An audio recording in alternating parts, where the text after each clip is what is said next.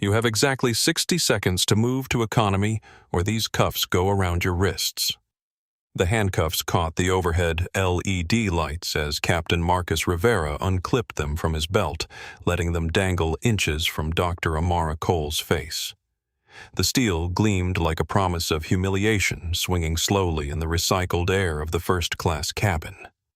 Rivera's voice boomed across the Boeing 777 loud enough for every passenger in the premium section to hear. He wasn't whispering. He wasn't negotiating. He was performing. What Captain Rivera didn't know was that in exactly 15 minutes, when Flight 847 reached cruising altitude, one of them would own the other's entire future, and it wasn't going to be the man with the badge.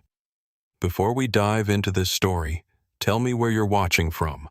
Drop your city in the comments below.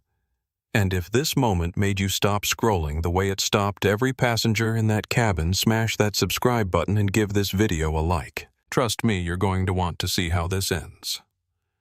Now let's rewind to how we got here.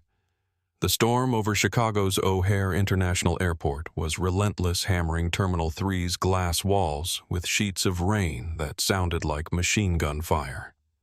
Inside Gate B12's exclusive lounge, the chaos felt a world away. Soft jazz played over hidden speakers. Leather chairs faced floor-to-ceiling windows that framed the tempest outside. And in the corner, sipping sparkling water with a twist of lime, sat a woman who looked like she had nowhere urgent to be. Dr. Amara Cole was exhausted. At 42, she moved through the world with the quiet confidence of someone who had learned that real power doesn't need to announce itself. She wore a simple charcoal cashmere tracksuit, pristine white sneakers, and carried a beat-up leather messenger bag that had seen better decades. Her hair was pulled back in a sleek bun. No jewelry except for a watch she wore face down on the inside of her wrist. To anyone watching, she looked like a tired graduate student or maybe a social worker heading home after a long conference. There were no logos on her chest, no designer labels screaming for attention. Her credit card was matte black when she paid for her water, but she slipped it away quickly. She checked that hidden watch. It was a Patek Philippe, worth more than most people's cars, but you'd have to know what to look for. Flight 847 to London Heathrow, now boarding Group 1. The gate agent's voice chimed through the speakers. Amara stood slowly, stretching muscles that ached from 72 straight hours of acquisition negotiations. She wasn't just tired from meetings. She was tired from pretending to be smaller than she was, quieter than she felt, less important than the empire she had built from nothing. Because sometimes being underestimated was the most powerful weapon you could wield. She had just finished acquiring a microprocessor firm in Chicago, not for herself but for Skyward Dynamics, the aerospace logistics conglomerate she had built from a single rejected hotel reservation 20 years ago. But tonight she wasn't Dr. Amara Cole, CEO and founder. Tonight she was just another passenger who wanted to sleep across the Atlantic. The gate agent scanned Amara's boarding pass with a professional smile. First class seat 1A. The prime real estate. Total privacy, fully lie flat, the kind of service that cost $12,000 and usually came with a side of respectful treatment. Amara walked down the jet bridge, her sneakers silent on the textured metal. The plane was a Boeing 777-300ER, gleaming white with navy blue trim. Transcontinental Airways' flagship aircraft. She stepped into the cabin and was greeted by a young Hispanic woman in a crisp navy uniform. "Good evening, welcome aboard," the flight attendant said with genuine warmth. Her name tag read Elena Morales. She was maybe 26, with kind eyes and the eager energy of someone new to the job. "Can I show you to your seat?" "Thank you," Amara said, offering a tired smile. 1A. Elena's face lit up. "Perfect, right this way. Can I get you anything once you're settled? Champagne, perhaps. We have a lovely Dom Perignon." Amara shook her head. "Just water, please. And maybe a blanket if you have one." "Of course," Elena said, leading her to the front of the cabin. Seat 1A was everything the brochure promised. Cream leather that looked untouched, a personal entertainment screen the size of a tablet, and enough space to disappear from the world for 7 hours. Amara stowed her bag in the overhead compartment and settled into the seat. She pulled out noise-canceling earbuds, closed her eyes, and prepared to disconnect before the plane even pushed back from the gate. The champagne could wait. The recognition could wait. Right now, all she wanted was to float above the clouds and remember what peace felt like. "Excuse me. Excuse me." The voice cut through her noise-canceling earbuds like a chainsaw through silk. Amara opened one eye and immediately wished she hadn't. Standing in the aisle was a woman who looked like she was wearing her entire net worth. Victoria Blackwell, though Amara didn't know her name yet, was dripping with more than just rainwater from her sprint through the terminal. She wore a white mink coat that screamed endangered species sunglasses that cost more than most people's rent and carried a Louis Vuitton bag like it was a medieval weapon. Behind her cowered a personal assistant loaded down with hat boxes and designer shopping bags. "You're in my seat," Victoria announced, flapping a manicured hand at Amara like she was shooing away a pigeon. Amara removed her earbuds entirely. "I'm sorry," what one of Victoria said, her voice rising to ensure the entire first-class cabin could hear. "I always sit in 1A. Always. There's obviously been some kind of mistake." Amara looked at her boarding pass, then at the seat number above her head, then back at the woman. "My boarding pass says 1A, and this is 1A. "That's impossible," Victoria scoffed, spinning toward Elena, who had appeared at the first sound of conflict. Her young face already showed signs of panic. "Elena." "Isn't it? Sweet girl, tell this person she needs to move. I'm Victoria Blackwell. My husband is Richard Blackwell of Blackwell Capital Management. We're Platinum Elite members. Diamond Elite, actually." Elena looked at her tablet, then at Amara, then at Victoria. The color was already draining from her face. "Mrs. Blackwell," Elena said softly, "I see your reservation here. You're in 2B. It's just across the aisle. Same configuration, same service level. I don't want 2B." Victoria shrieked, her voice hitting a pitch that made dogs 3 states away whine. The entire first-class cabin froze. A businessman in 3A stopped typing mid-email. A celebrity in row 4 lowered his newspaper. 2 tech executives paused their conversation to stare. "I want 1. Victoria continued. "I specifically told my assistant to book 1A. If this woman is sitting here, it's clearly an upgrade error." Her eyes raked over Amara's tracksuit with the kind of disgust usually reserved for roadkill. "Look at her. She's clearly flying on some kind of employee discount or charity voucher. She doesn't belong in first class." The words hung in the air like toxic gas. Amara felt that familiar coldness creeping up her spine, the same feeling she'd had in that Atlanta hotel at 24. The same assumption of poverty. The same casual cruelty delivered with a smile. Amara sat up straighter, removing her earbuds completely. "Mrs. Blackwell," she said, her voice dropping an octave, becoming dangerously smooth. "I paid full fare for this seat. I am not an employee, and I am not flying on charity. I am a paying customer who would very much like to sleep. Please, take your assigned seat." Victoria's face turned a shade of crimson that clashed violently with her lipstick. "How dare you speak to me like that?" "Do you have any idea who I am?" "No," Amara said, picking up the in-flight magazine with deliberate calm. "And I don't particularly care." Victoria gasped like she'd been slapped. She turned to Elena, grabbing the poor girl's arm with manicured claws that looked sharp enough to draw blood. "Get the captain. Get him right now. I will not be insulted by some welfare case while I'm forced to slum it in row 2. "Ma'am, please," Elena pleaded, glancing nervously between the 2 women. "The flight is full. We're about to close the doors. I'm sure we can work something out." "I am not sitting down until she moves to economy where she belongs," Victoria declared, her voice reaching glass-breaking levels. Get the captain immediately, or I'll call my husband and have him call the airline's board of directors. Amara didn't look up from her magazine, but her knuckles had gone white where she gripped the pages. She had seen this movie before. She knew how it ended when you were black alone and quietly dressed in a space where you didn't belong. Usually she let her assistant handle these situations. Usually she had backup. Tonight she was alone. And tonight she wasn't in the mood to make things easy. 3 minutes later, heavy footsteps echoed through the cabin like thunder before a storm.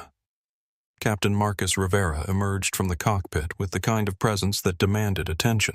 He was a man who looked like central casting had ordered him from a catalog: silver hair, perfectly styled square jaw that could cut glass, broad shoulders that filled out his uniform like he was born wearing wings. Rivera had been flying for 25 years, and he missed the old days when his word was law and passengers knew their place.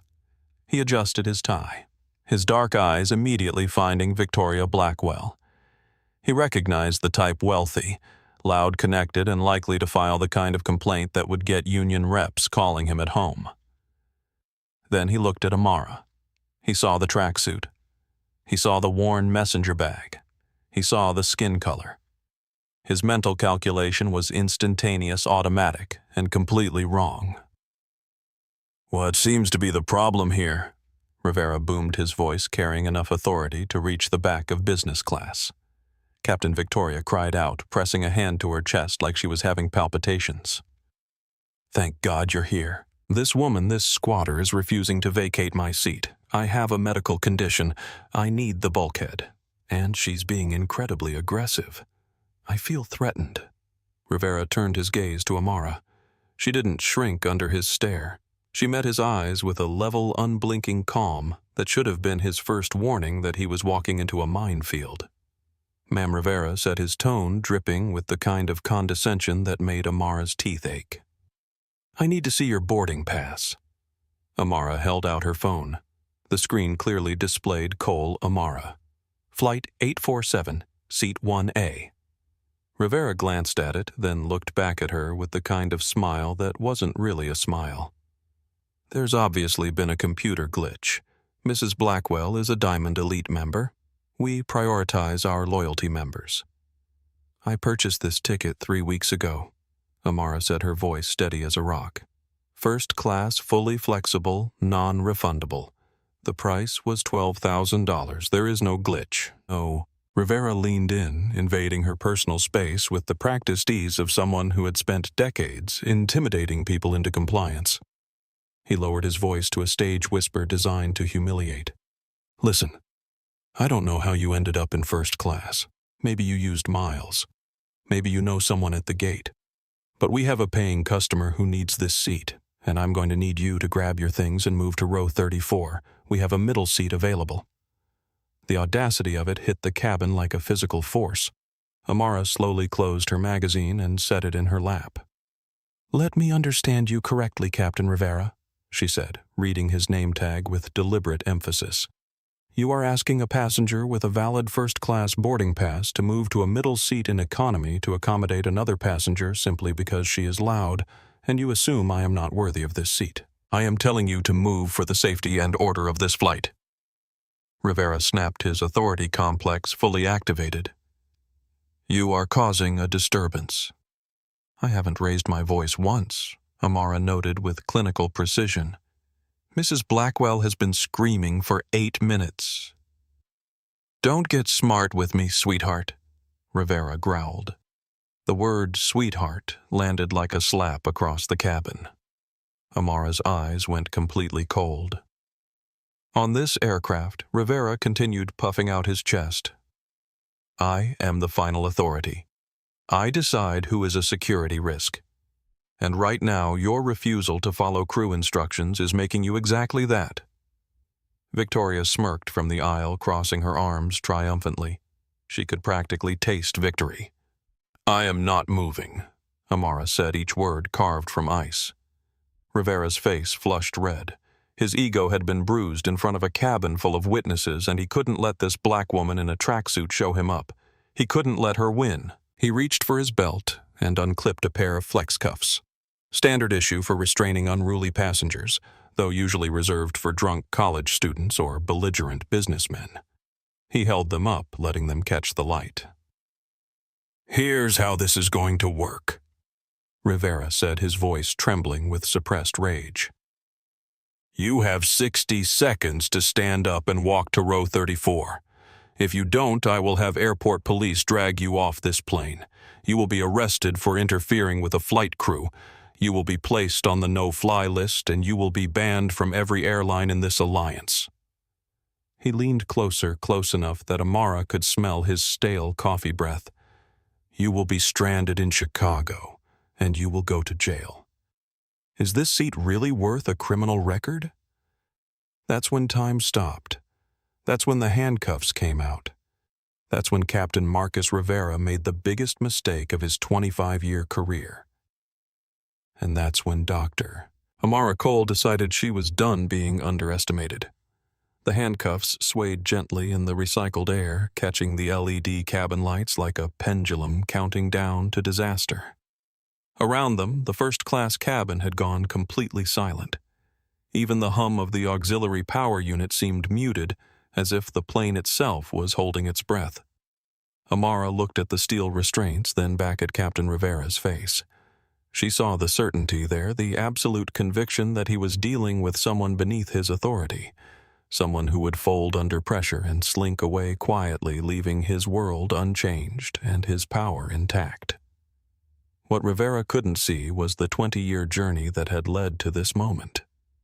He couldn't see the young woman who had been turned away from that Atlanta hotel, who had slept in her rental car and woken up with a business plan that would eventually reshape an industry. He couldn't see the nights she'd spent building Skyward Dynamics from nothing, the calculated risks, the plans, the quiet empire built on the foundation of never being invisible again.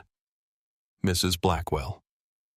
Amara said, without taking her eyes off Rivera, "Would you like to know why I'm really on this plane?" Victoria, who had been savoring her apparent victory, looked confused by the question.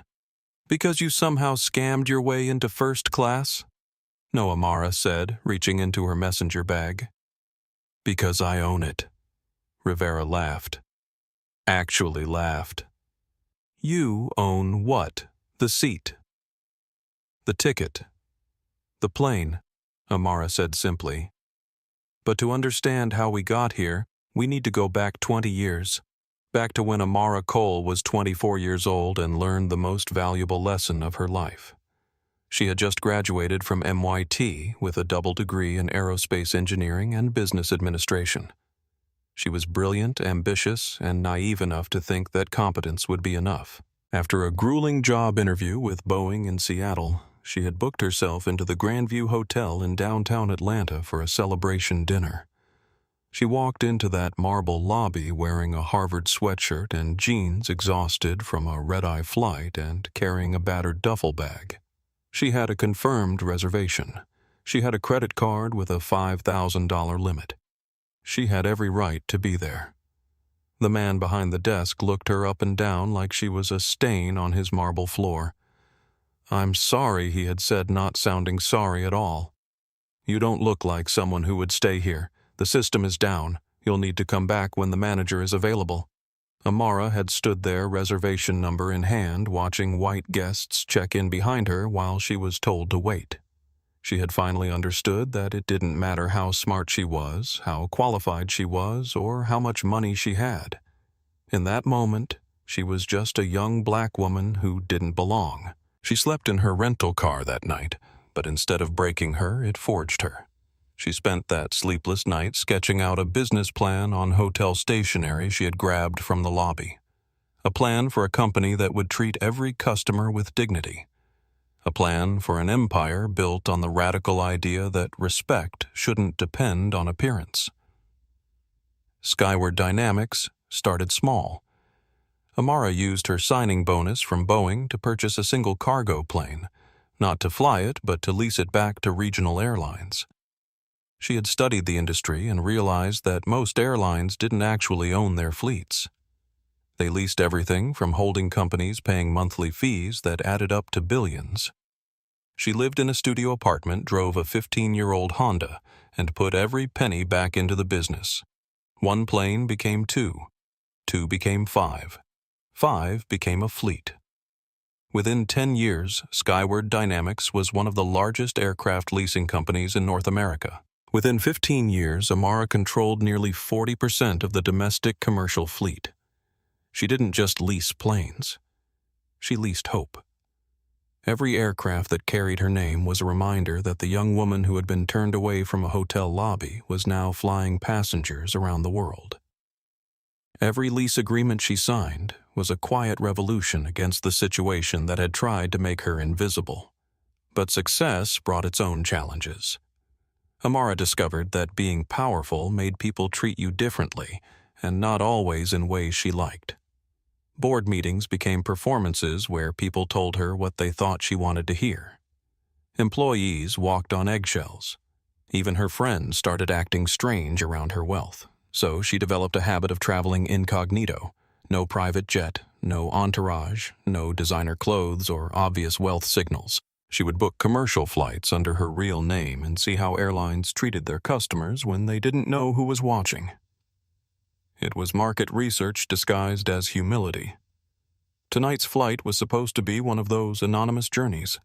She had spent 72 hours in Chicago negotiating the acquisition of quantum processors, a struggling microchip manufacturer that would give Skyward a foothold in the aerospace technology sector. The deal was worth $200 million and would position her company for the next phase of growth. She was exhausted both physically and emotionally. The negotiations had been brutal, not because of the numbers, but because of the assumptions. Even in a conference room where she was clearly the buyer, where she held all the power she had to prove herself again and again. She had to be twice as prepared, twice as sharp, and twice as patient as any of her male counterparts. All she wanted was to sleep across the Atlantic and wake up in London refreshed. She had a board meeting with Transcontinental Airways executives the next morning. Ironically, Skyward Dynamics was considering purchasing Transcontinental's entire debt portfolio, a move that would essentially make Amara the airline's largest creditor. The irony wasn't lost on her now sitting in seat 1. While Captain Rivera waved handcuffs in her face. Elena Rivera barked at the flight attendant who had been watching the confrontation with growing alarm. "Call the gate. Tell them we need law enforcement on board. We have a non-compliant passenger refusing crew instructions." Elena hesitated, her dark eyes darting between Rivera and Amara. Something about this situation felt wrong to her. She had checked the manifest herself. Dr. Cole's ticket was legitimate. More than legitimate. It was a full, fair, flexible, first-class ticket that cost more than Elena made in 3 months. Captain Elena said carefully. "She has a valid ticket. Maybe we could offer Mrs. Blackwell a voucher for future travel." "Do as I say." Rivera shouted, his voice cracking with authority and frustration. Elena flinched and hurried toward the intercom, but her movements were reluctant. In her 6 months with Transcontinental Airways, she had never seen a captain threaten handcuffs over a seating dispute. Something about this felt very, very wrong. Meanwhile, in row 4F, a passenger named Jessica Martinez was experiencing the same feeling of wrongness. Jessica was a travel blogger from San Diego, and she had seen enough airline discrimination stories to recognize one unfolding in real time. She pulled out her phone and opened TikTok. "Guys," she whispered into the front-facing camera, "you are not going to believe what's happening on my flight right now. This Karen in first class is trying to steal someone's seat, and the captain is literally threatening to arrest the victim. I'm going live." She switched to live stream and pointed her camera toward the front of the cabin. The viewer count started at 0 and began climbing. 12 viewers, 47 viewers, 103 viewers. Comments started flooding in. "Record everything," one viewer typed. "Get their badge numbers," typed another. "This is about to go viral," typed a third. Jessica adjusted her angle to get a better shot. She could see the captain clearly now holding what looked like plastic restraints. She could see the woman in 1A calm and composed despite the threat, and she could see the rich lady in the mink coat practically vibrating with entitled rage. The captain just pulled out handcuffs, Jessica narrated in real time. He's threatening to arrest a passenger for sitting in her assigned seat. This is insane. The viewer count hit 200, then 400, then kept climbing. Back in the confrontation, Amara was making her own calculations. She could back down, move to economy, and avoid the scene. It would be easier. It would be quieter. It would also be exactly what the 24-year-old version of herself had been forced to do in that Atlanta hotel lobby. Or she could stand her ground. She could force this moment to its logical conclusion and see what happened when an unstoppable force met an immovable object. She reached into her pocket and pulled out her phone. Not to call for help, but to send a single text message to her executive assistant, Nina Washington, who was currently in London preparing for tomorrow's meetings. The message was simple. Code red. Flight 847. Rivera. Record everything. Nina's response came back in seconds. War room activated. Legal standing by. What do you need? Documentation. And prep the nuclear option.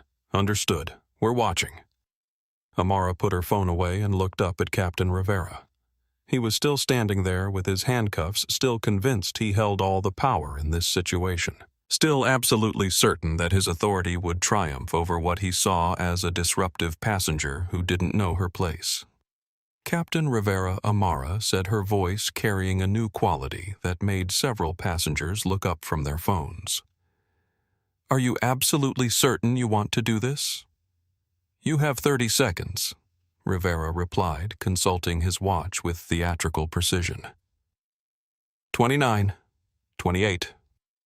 Elena's voice crackled over the intercom. "Ground control, this is Flight 847 requesting law enforcement at Gate B12. We have a passenger situation requiring intervention.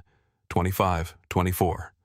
Victoria Blackwell clapped her hands together like she was at a tennis match watching her favorite player score. Finally, Justice 20, 19, 18. Amara reached into her bag again, but this time she pulled out something that made Captain Rivera pause his countdown. It was a business card, matte black with silver lettering. Simple, elegant, and somehow intimidating in its understatement, Captain Amara said, offering him the card. "Before you finish that countdown, I suggest you read this very carefully." Rivera snatched the card, glanced at it, and his expression shifted from confidence to confusion. The card read simply, "Dr. Amara Cole, CEO, Skyward Dynamics." Below that was a phone number and an address in London. A business card. Rivera laughed, but the laugh sounded forced. "You think showing me your work ID intimidates me? I don't care if you work for NASA. You're moving to economy." He threw the card back at her, but Amara caught it smoothly. "You should keep that," she said. "You're going to want it for your unemployment application." That's when the sirens started wailing outside on the tarmac, blue and red lights flashing against the rain-streaked windows. That's when Rivera thought he had won. That's when Victoria Blackwell started planning her victory social media posts. And that's when Amara Cole decided to show them exactly what kind of mistake they had just made. The blue and red lights painted the cabin in alternating colors of authority and warning as two Chicago Police Department squad cars pulled up to the jet bridge. Through the rain-streaked windows, passengers could see officers in tactical gear stepping out of their vehicles, their faces grim as they prepared to board what dispatch had described as a passenger disturbance with possible assault.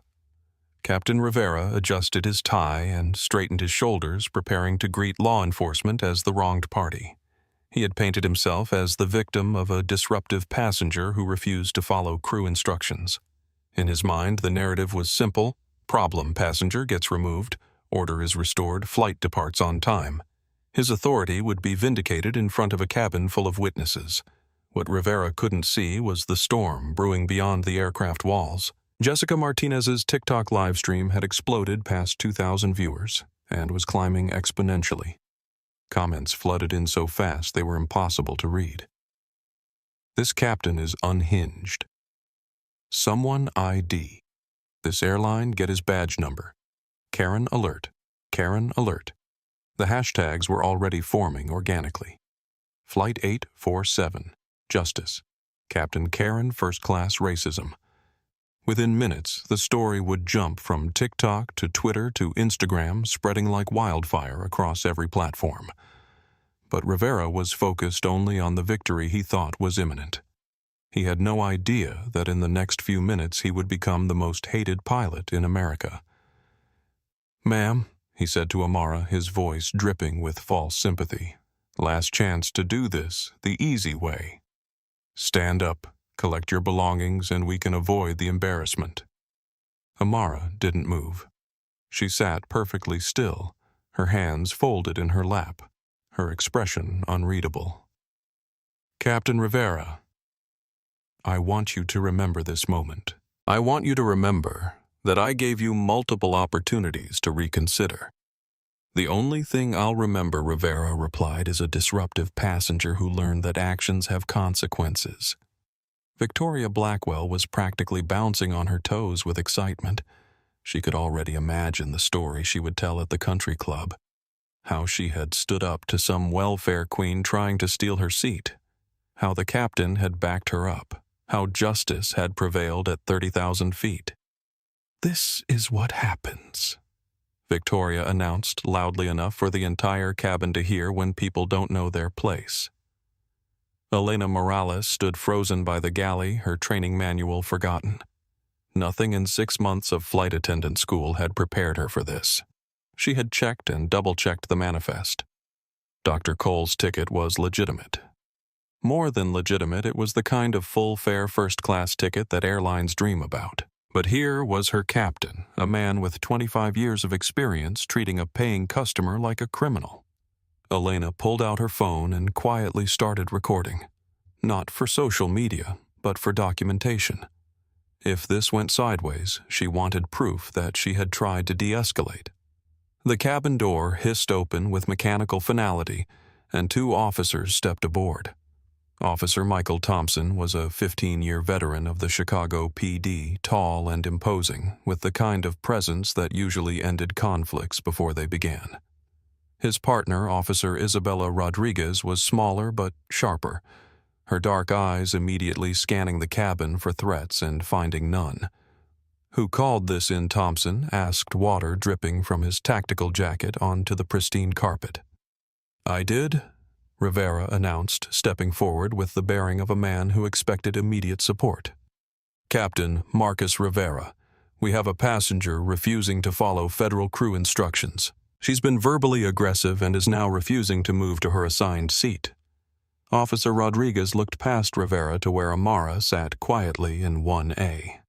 The woman didn't look aggressive. She wasn't shouting or waving her arms. She was just sitting there, calm as a lake before a storm. "And who called in the complaint about the passenger?" Rodriguez asked, consulting her notes. "I did," Victoria shrieked before Rivera could answer. She rushed forward, practically shoving Elena out of the way. "Officers, thank God you're here. This woman," she pointed at Amara like she was identifying a suspect in a lineup, "is trespassing. She assaulted the captain verbally. She's threatening passengers. I want her arrested immediately." Thompson looked at Victoria, then at Rivera, then at Amara. One of these people was clearly agitated and disruptive. One of them was making wild accusations and pointing fingers. One of them was sitting quietly reading a magazine. It wasn't hard to figure out who was actually causing the disturbance. Captain Rodriguez said, turning to Rivera, "I need you to be very specific. What federal law has this passenger violated?" Rivera felt the first flutter of uncertainty. She's refusing to follow crew instructions. That's a federal offense. What specific instruction did you give her to move to her assigned seat?" "And what seat is that?" Rivera hesitated. This wasn't going according to script. There was a mix-up. Mrs. Blackwell here is a platinum member, and we need to prioritize our loyalty customers." Officer Thompson frowned. So you're asking a passenger with a valid ticket to give up her seat to another passenger? That's not a federal crime, Captain. That's airline policy, and passengers have the right to refuse. She's being disruptive. Victoria jumped in, her voice rising to glass-breaking levels. Look at her. She's clearly on drugs or mentally unstable. She thinks she owns the plane. Rodriguez turned her sharp gaze to Victoria. Ma'am, I need you to step back and lower your voice. Are you claiming this passenger is under the influence? Well, no, but... Are you claiming she's made specific threats? She said. She said we would regret this. That's not a threat, ma'am. That's an opinion. Amara finally spoke. Officers, she said, her voice carrying clearly through the cabin. My name is Dr. Amara Cole. I am not intoxicated, I am not aggressive, and I am certainly not delusional. She reached into her bag and pulled out her identification. Here's my driver's license, my passport, and my global entry card. She handed the documents to Thompson, then pulled out her phone. I would also like you to speak to someone who can verify my identity and my right to be on this aircraft. She's lying, Victoria screamed. Check her bag. I bet she has weapons. She's probably a terrorist. That was the moment Officer Rodriguez lost her patience. She had dealt with entitled rich people before, and she recognized the type. All noise, no substance, throwing around accusations like confetti. Ma'am, Rodriguez said firmly, I'm going to need you to calm down, or I'll charge you with filing a false police report. Victoria's mouth fell open. False report. I'm the victim here. No, Rodriguez said, looking around the cabin. You're the only person in this cabin who's been screaming, making wild accusations, and disrupting other passengers. If anyone's getting arrested tonight, it might be you. Captain Rivera stepped in, trying to regain control. Officers, I am the captain of this aircraft. On this plane, my authority is absolute. I am ordering this passenger to move, and she is refusing. That makes her a federal criminal. Thompson, who had been examining Amara's identification, looked up with the expression of growing confusion. Captain, these documents are all legitimate. Dr. Cole has done nothing wrong. She has a valid ticket for seat 1A. She has every right to refuse to give up her seat. But Mrs. Blackwell is a platinum member, Rivera insisted. So Thompson replied. Loyalty status doesn't give someone the right to steal another passenger's seat. That's when Amara stood up. She moved slowly, deliberately, like a judge preparing to deliver a verdict. The entire cabin fell silent. Even Victoria's constant chattering stopped. Officer Thompson Amara said, I'd like to make a phone call. I believe there's been a significant misunderstanding about my status on this aircraft. Rivera laughed bitterly. Oh, let me guess. You're going to call your lawyer, your congressman, some civil rights organization. Amara smiled. It wasn't a nice smile. It was the smile of a chess master who had been letting her opponent think they were winning before revealing checkmate. No, Captain Rivera, she said, pulling out her phone. I'm going to call my employee. She dialed a number from her favorites list, a number that very few people in the world possessed. It rang twice before connecting. James Amara said, her voice carrying clearly through the cabin. It's Amara. I'm sitting on the tarmac at O'Hare Flight 847. I need you to listen very carefully because your lead pilot is about to have me arrested, and I'm deciding whether to cancel our lease agreements effective immediately. The cabin went dead silent. You could have heard a pin drop in the cargo hold. Rivera stared at the phone like it was a venomous snake. Who is she talking to? Arthur. Amara continued putting the phone on speaker so everyone could hear. Captain Marcus Rivera is standing right here. He just threatened to handcuff me and have me dragged off the aircraft for the crime of sitting in my assigned seat while black. A British voice came through the speaker, crisp and unmistakable. Dr. Cole, are you saying that Captain Rivera has threatened you with arrest? That's correct. He's standing right here. Would you like to speak with him? Rivera felt his stomach drop through the floor of the fuselage. That voice. He knew that voice. It was James Mitchell, the CEO of Transcontinental Airways. The man who signed his paychecks. The man who could end his career with a phone call. Captain Rivera, the voice from the phone said, and Rivera could hear 20 years of British boarding school authority in those 2 words. This is James Mitchell. I recognize your voice from the union negotiations last fall. Now would you be so kind as to explain to me why Dr. Sterling, my largest creditor, is calling me at 3 o'clock in the morning to tell me she is being threatened with arrest on my aircraft? Rivera felt his stomach drop through the floor of the fuselage. He knew that voice. He had heard it at the annual shareholder meetings. He had heard it on the company-wide crisis calls during the pandemic. It was unmistakable. Mr. Mitchell, Rivera stammered. The blood drained from his face so fast it left him dizzy. Sir, I didn't know. I mean, there's a passenger here refusing to move. Refusing to move. Mitchell's voice rose sharp as a whip. Brock, listen to me very closely. You are flying a Boeing 777-300ER tail number N847TC. Do you know who owns that plane? Transcontinental owns it, sir, said his eyes darting nervously to the passengers watching him. Victoria was tapping her foot, looking annoyed that he wasn't dragging Amara away yet. No Brock. We don't, Mitchell snapped. We sold our fleet 3 years ago to avoid bankruptcy. We leased them back. We leased them from a holding company called Skyward Dynamics. And do you know who the founder and majority shareholder of Skyward Dynamics is? Rivera looked down at Amara. She was back to reading her Kindle, utterly unbothered, sipping her water. Dr. Amara Cole Mitchell said, saying the name like it was a holy scripture. She owns the plane you are standing in. She owns the engines.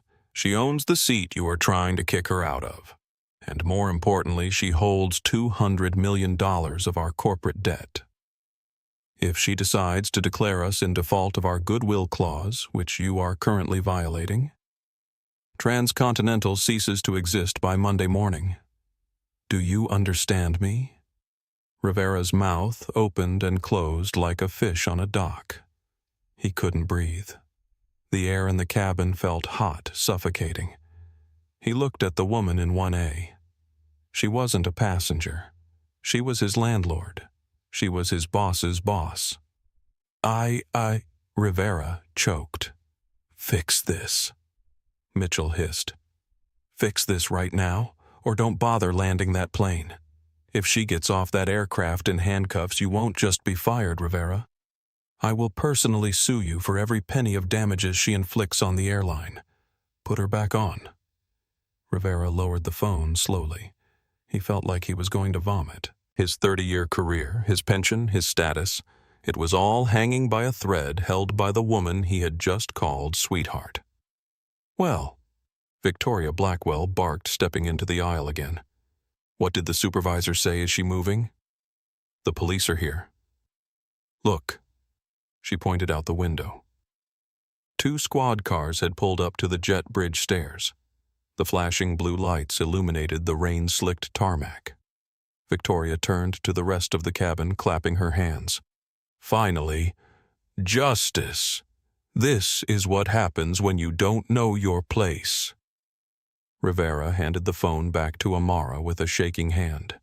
He looked like a man who had just seen a ghost. Dr. Cole Rivera whispered, his voice cracking. I had no idea. Amara took the phone. James, I'm going to put you on speaker. I want you to hear this next part. The police are boarding. I'm here, Amara. Mitchell's voice came from the phone loud enough for the first few rows to hear. I am so incredibly sorry. Don't apologize yet, James, Amara said calmly. The show is just starting. At that moment, the cabin door flew open. 2 officers from the Chicago Police Department stomped onto the plane, shaking rain off their yellow tactical jackets.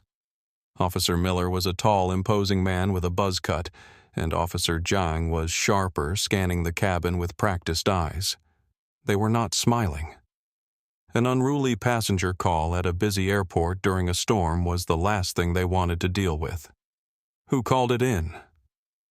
Officer Miller asked, his hand resting near his belt. I did, Victoria shouted before Rivera could speak. She rushed forward, practically shoving the flight attendant, Elena, out of the way. Officer, thank God you're here. This woman, she pointed a long, manicured finger at Amara, is trespassing. She has assaulted the captain verbally. She is refusing to follow federal flight crew instructions, and she is threatening me. I want her arrested immediately. Officer Miller looked at Victoria, then at Rivera, then at Amara. Amara remained seated. She didn't raise her hands. She didn't look frightened.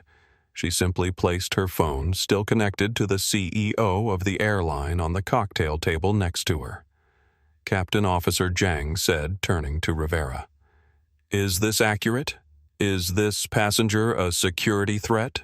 This was the moment, the pivot point. Rivera stood frozen. The sweat was trickling down his back. If he said yes, he would be arrested later for filing a false report and the airline would crumble. If he said no, he would look like an incompetent fool in front of the police and the wealthy passengers he tried so hard to impress. But Victoria didn't give him time to answer. Of course she's a threat, Victoria shrieked. Look at her. She's clearly on drugs or mentally unstable. She thinks she owns the plane. She just handed the captain a phone pretending to talk to the CEO. She's delusional. Take her away. Amar stood up. Then slowly she smoothed the front of her tracksuit. Officer Miller. Officer Jang, Amara said. She read their nameplates quickly. My name is Dr. Amara Cole. I am not intoxicated. I am not aggressive, and I am certainly not delusional. She's lying, Victoria yelled. Check her bag. I bet she has a weapon. Ma'am, step back. Officer Miller warned Victoria, his patience thinning. He turned to Rivera. Captain, I need a formal statement. Do you want this passenger removed? Rivera looked at Amara. Her eyes were hard as flint. Then he looked at the phone on the table. No, Rivera croaked.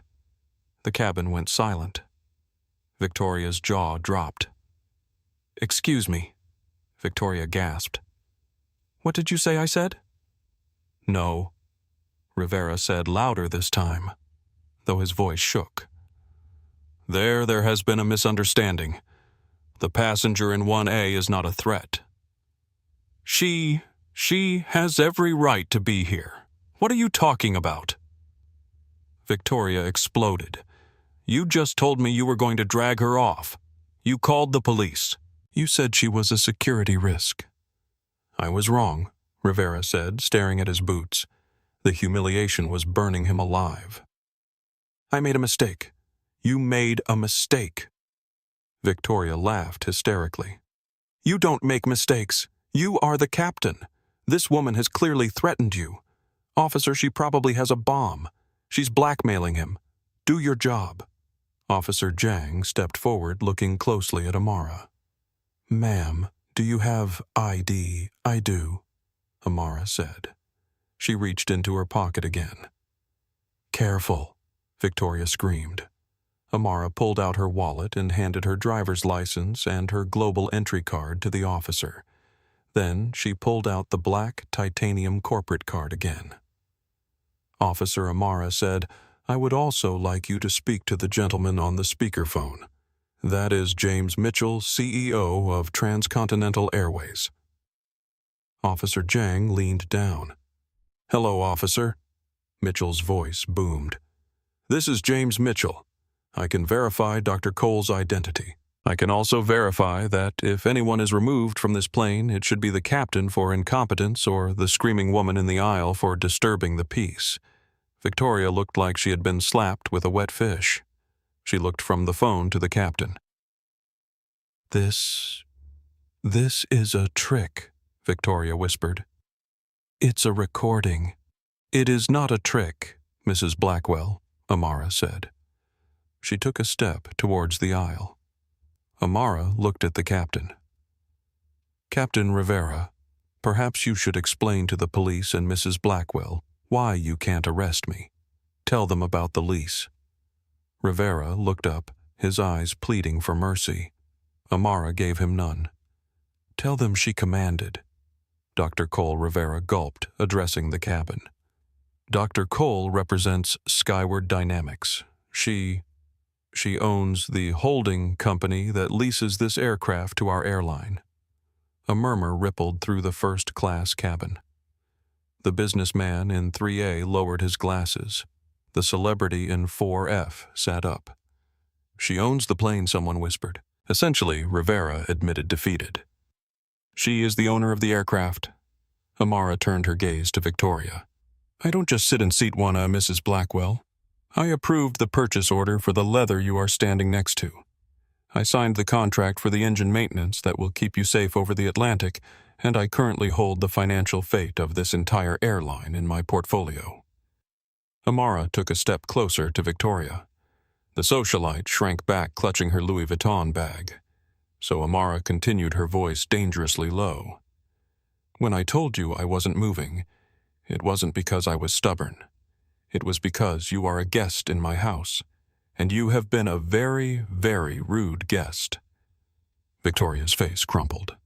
The power dynamic had not just shifted, it had inverted. She wasn't fighting a hood rat anymore. She was fighting a billionaire.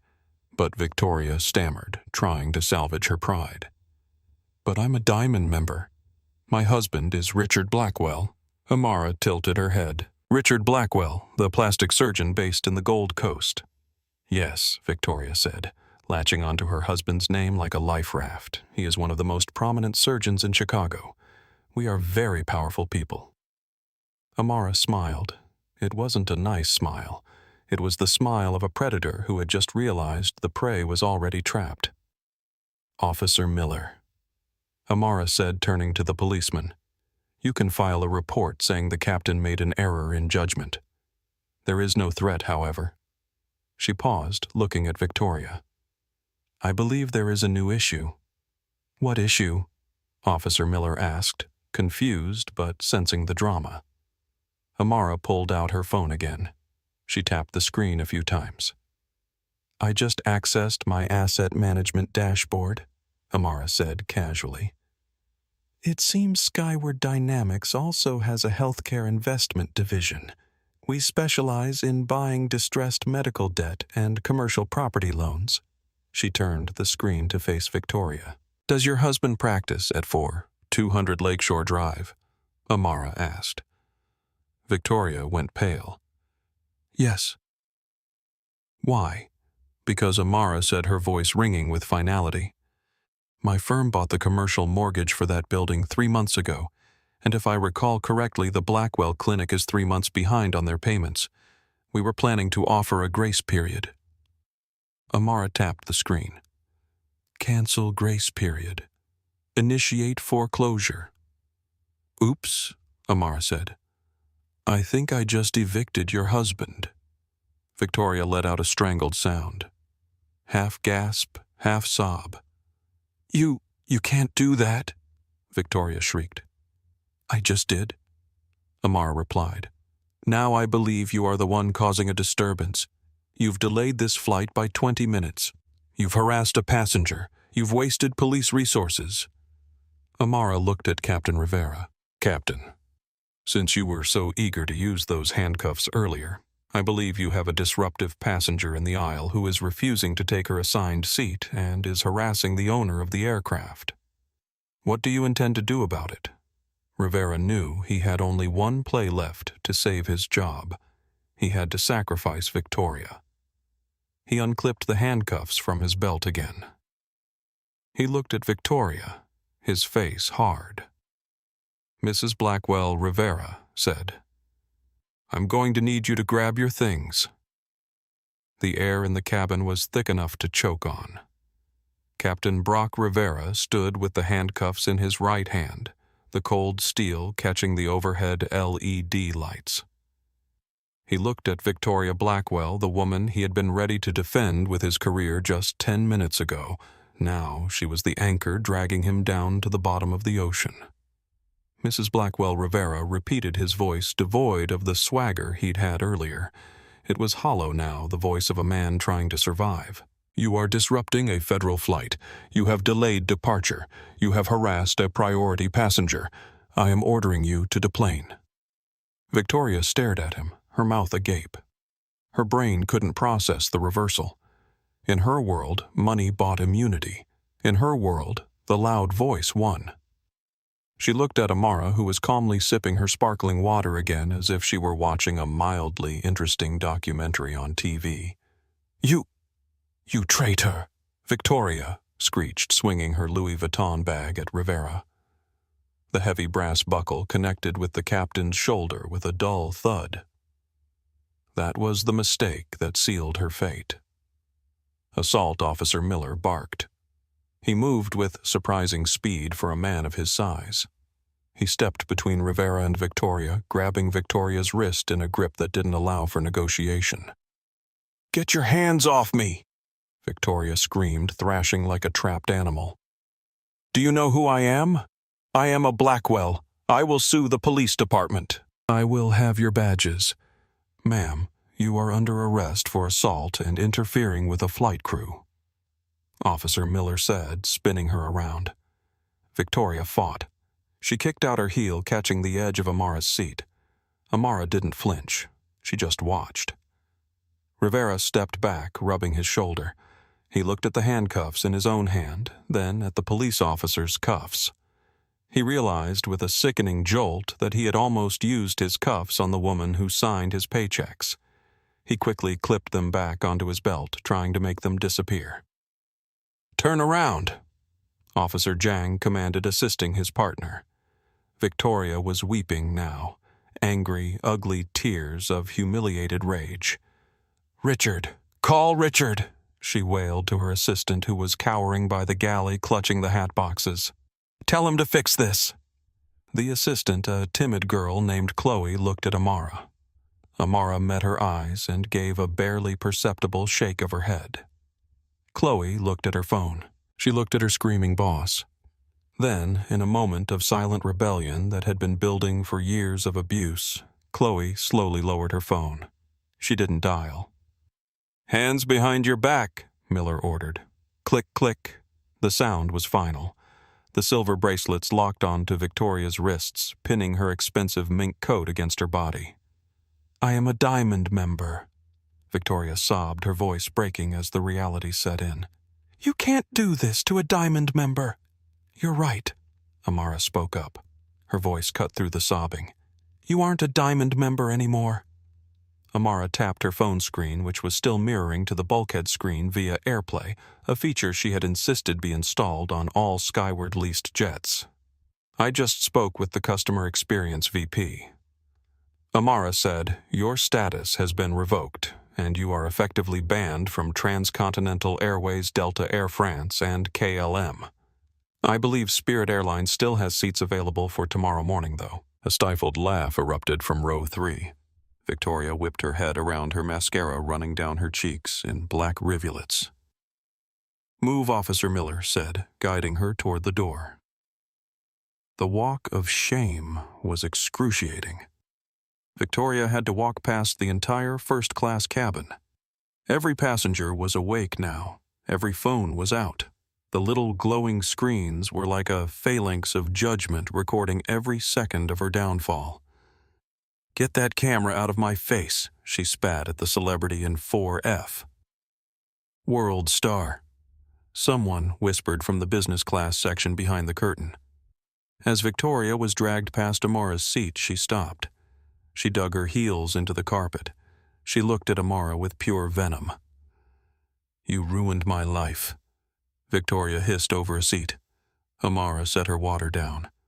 She leaned forward, her face inches from Victoria's.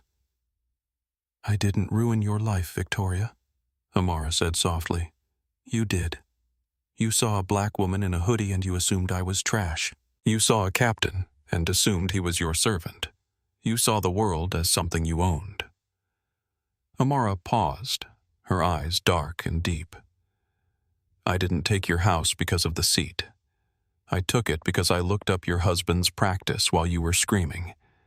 He has 3 malpractice suits pending for botched surgeries on low-income patients. He cuts corners. He bullies people just like you. I didn't ruin your life. I just balanced the books." Victoria's face went slack. The fight left her body. She looked small-old and terrified. "Take her," Amara said to the officers. They hauled her off the jet bridge. The sound of her wailing faded into the distance, swallowed by the noise of the terminal. Silence returned to the cabin, but it wasn't a peaceful silence. It was the terrified silence of a room full of people who realized there was a tiger sitting in seat 1A. Captain Rivera stood at the front of the cabin. He was sweating profusely. He looked at Amara. "Doctor Cole," he began, his voice trembling. I will go to the cockpit and prepare for departure. We will make up the time in the air," Captain Amara said. She didn't look at him. She was looking out the window at the rain. "Yes, ma'am. Fly smooth," she said. "If I spill my water, we're going to have another conversation." Rivera swallowed hard. "Yes, ma'am. Smooth as glass." He practically ran to the cockpit, the door locked behind him. Jessica Martinez's phone screen showed numbers that made her heart race. 12,847 viewers and climbing. Comments flooded in so fast they were a blur of outrage, support, and disbelief. Her TikTok livestream had exploded beyond anything she had ever experienced. "Oh my God," she whispered into her phone, adjusting the angle to capture Captain Rivera's pale face. "Guys, she owns the plane. She literally owns the plane." The comment section went nuclear. "No way. No way. No way. Plot twist of the century. Captain Karen got served that rich lady is about to cry. I can't breathe. This is amazing." But Jessica wasn't the only one documenting this moment. Throughout the first-class cabin, phones had appeared like mushrooms after rain. The businessman in 3A, who had been trying to ignore the drama, was now holding his iPhone steady, capturing every second. The celebrity in row 4 had his assistant filming from 2 different angles. Even Elena had her phone out, officially documenting the incident for the airline. This is going to be everywhere. Jessica breathed into her phone. Twitter, Instagram, YouTube. This woman just became a legend. She was right. The story was already jumping platforms faster than social media algorithms could track. A passenger on the plane had posted a Twitter thread that was being retweeted thousands of times per minute. Thread: currently on a flight where a Karen demanded a black woman move out of first class. Captain threatened handcuffs. Plot twist: she owns the airline. I cannot make this up. Video coming. Flight 847. Justice.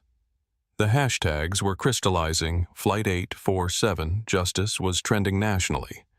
Captain Karen had 50,000 tweets and growing. Own the Plane was becoming a cultural moment in real time, but the most powerful documentation was happening in silence. Elena Morales had stopped her official recording and was now capturing something more intimate: the faces. Rivera's expression cycling through confusion, panic, and dawning horror. Victoria's transformation from righteous anger to pathetic disbelief. Amara's calm dignity in the face of public humiliation. Elena Amara said, still holding the phone with James Mitchell on speaker. "Would you mind sending your recording to my assistant? I think it will be useful for the investigation." Elena nodded eagerly. "Of course, Dr. Cole. I have everything from the beginning." Captain Rivera looked like a man watching his house burn down.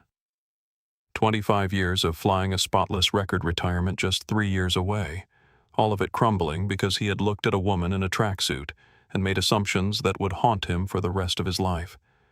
Dr. Cole Rivera said, his voice barely above a whisper, I apologize. I made a terrible mistake." "Yes," Amara replied simply. "You did." Victoria Blackwell was having a complete psychological breakdown. Her entire worldview was built on the assumption that wealth and status were visible, that important people announced themselves with designer labels and obvious luxury. The idea that real power could walk quietly, dress simply, and speak softly was incomprehensible to her. "This isn't possible," she kept repeating. "This isn't how things work. Rich people don't dress like that. Important people don't fly alone. She can't be who she says she is."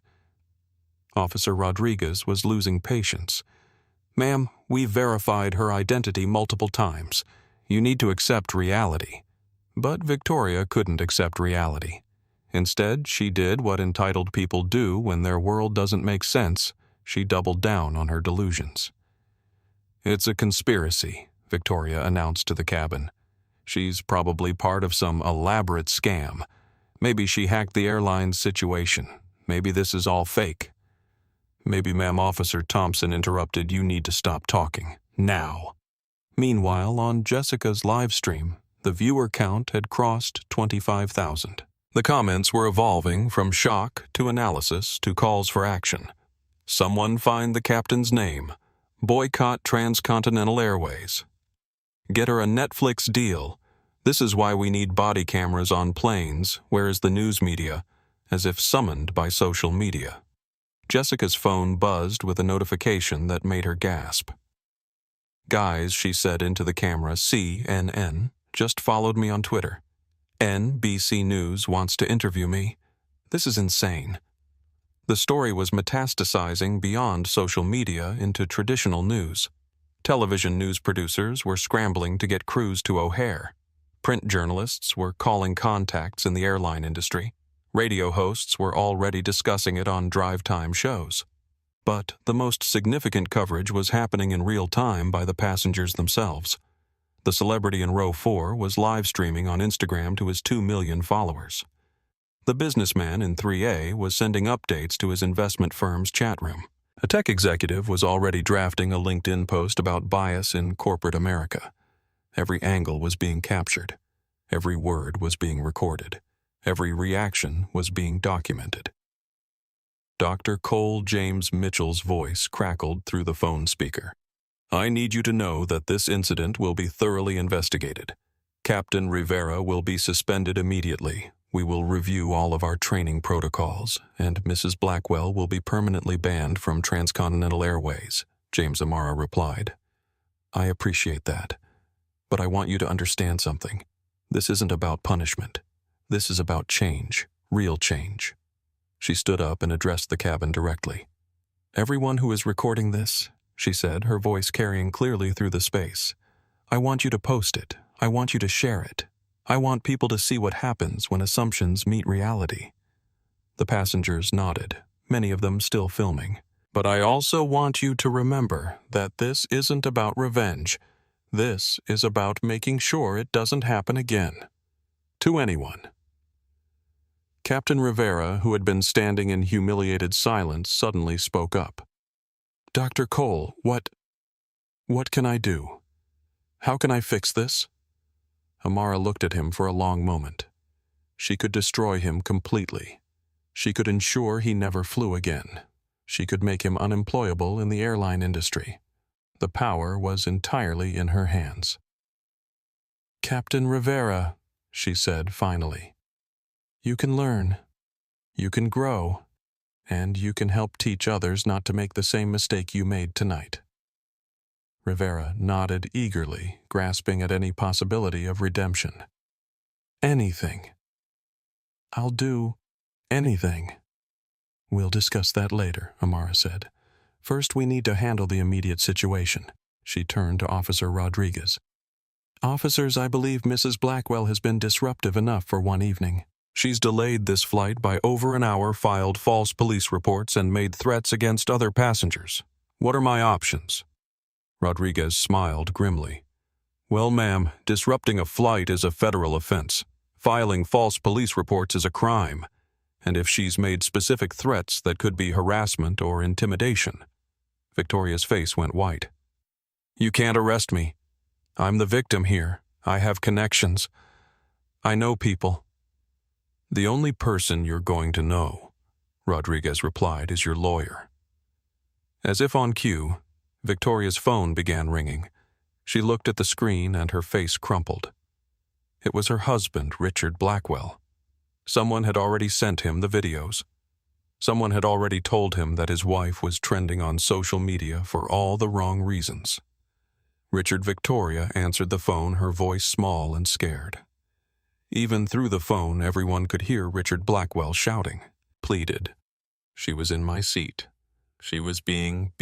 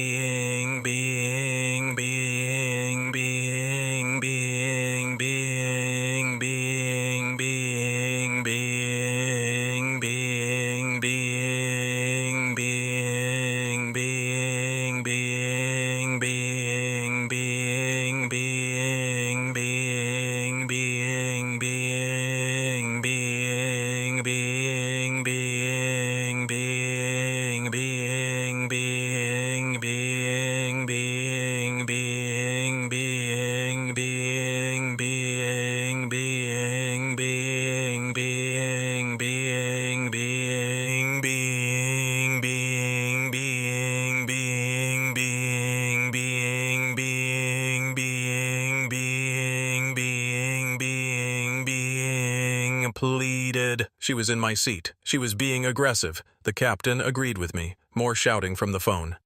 Then the line went dead. Victoria stared at her phone in disbelief. "He hung up on me," she whispered.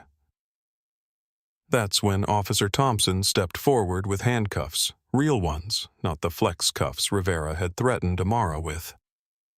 Victoria Blackwell. Thompson said formally, "You're under arrest for filing a false police report disrupting a commercial flight and harassment. You have the right to remain silent."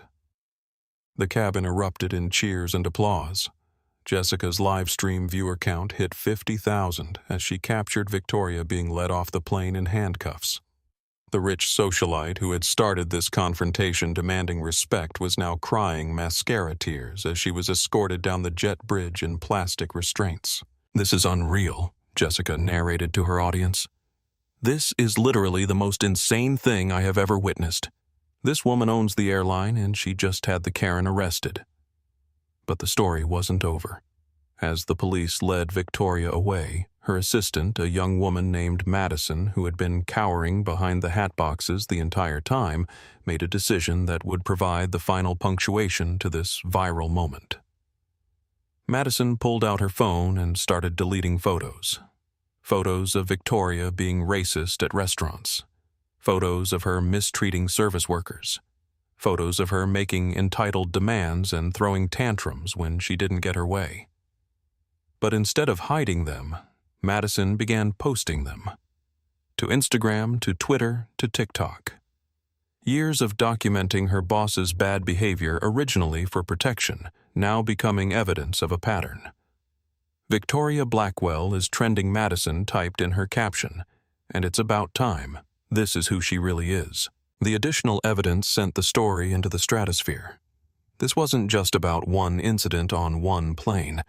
This was about a lifestyle of entitlement, a pattern of behavior, a person who had finally met consequences for actions that had gone unchecked for too long. As the plane finally prepared for departure, Amara settled back into seat 1A, The seat she had paid for the seat, she had every right to occupy the seat that had become the center of a cultural moment. Elena appeared beside her with a glass of champagne. "Dr. Cole," she said softly, "I want to thank you." "For what?" "For showing me what courage looks like. For standing up when it would have been easier to just move.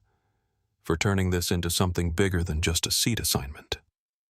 Amara accepted the champagne and took a small sip. "Elena, can I tell you something?"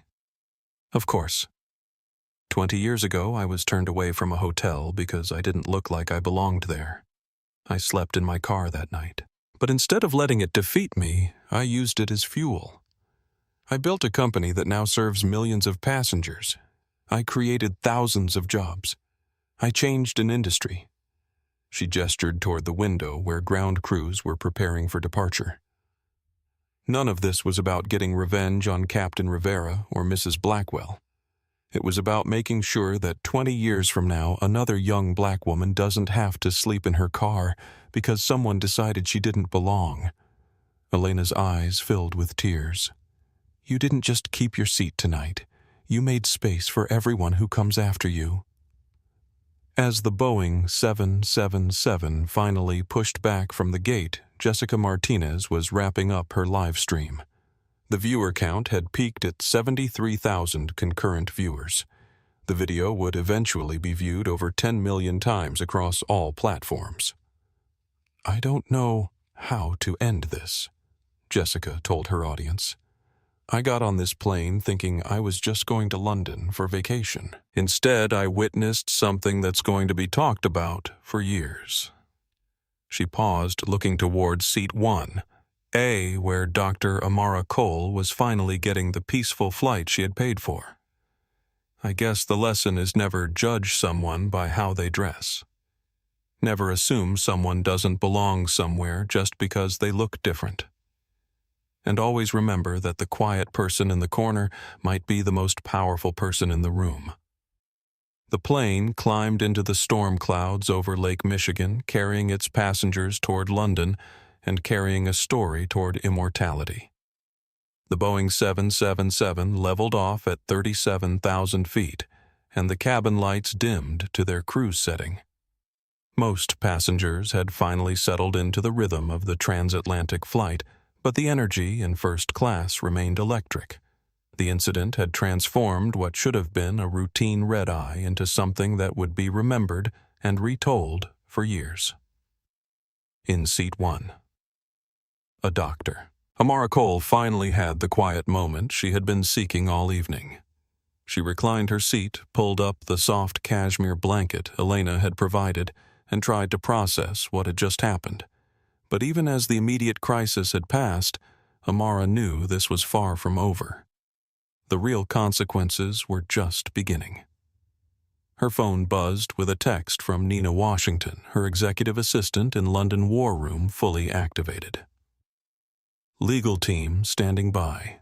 PR department monitoring social media. The story is everywhere." "What are your instructions?" Amara typed back. "Schedule calls with the board, and get me a meeting with the Secretary of Transportation." This goes beyond one airline. What most people didn't understand about the airline industry was how interconnected everything was. Skyward Dynamics didn't just lease planes to Transcontinental Airways.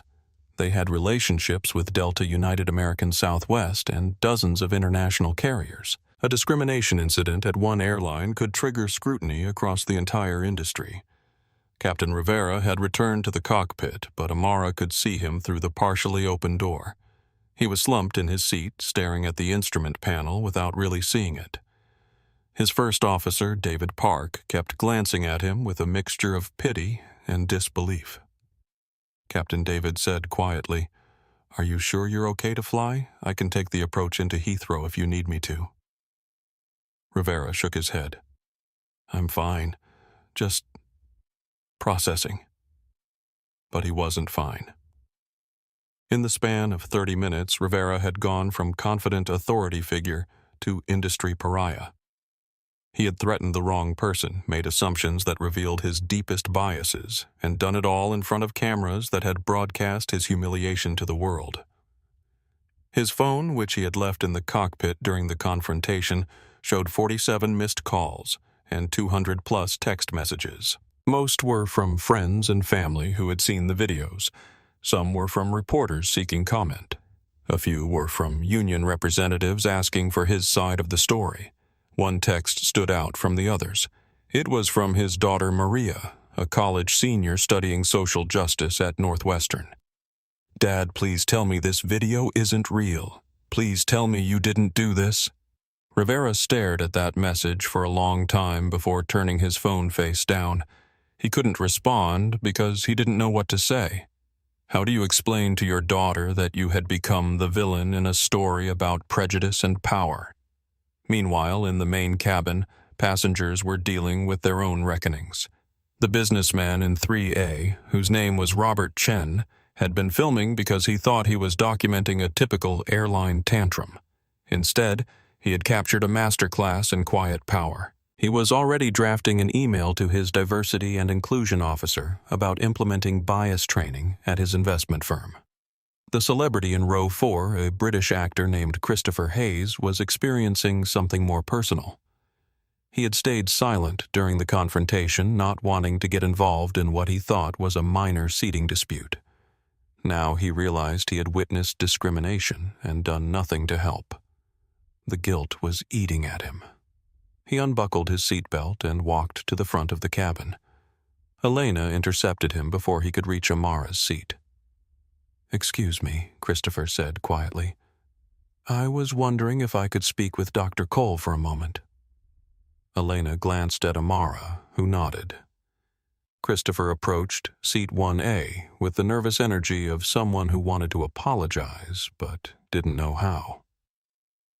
"Dr. Cole," he said, "I'm Christopher Hayes. I wanted to say I'm sorry." Amara looked up from her tablet. "Sorry for what? For not speaking up? For sitting there recording instead of helping?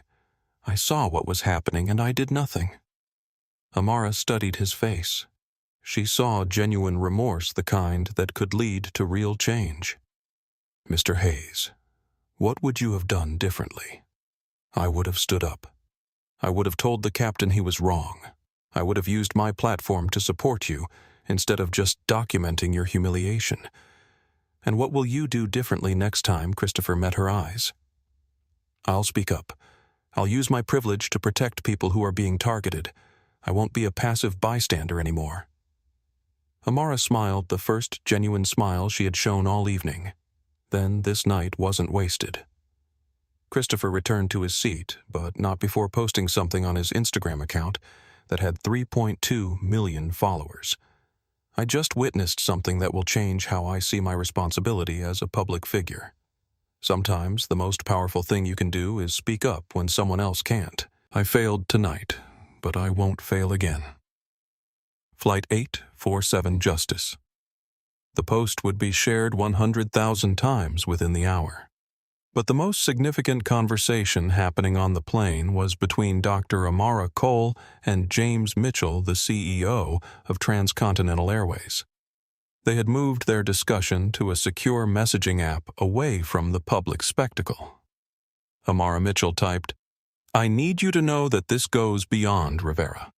We've identified training gaps, policy failures, and cultural issues that allowed this to happen. We want to fix this." "How?" Amara replied. "Complete overhaul of bias training. New protocols for seating disputes. Diversity requirements for all management positions. And we want you to help us design it." Amara stared at her phone screen.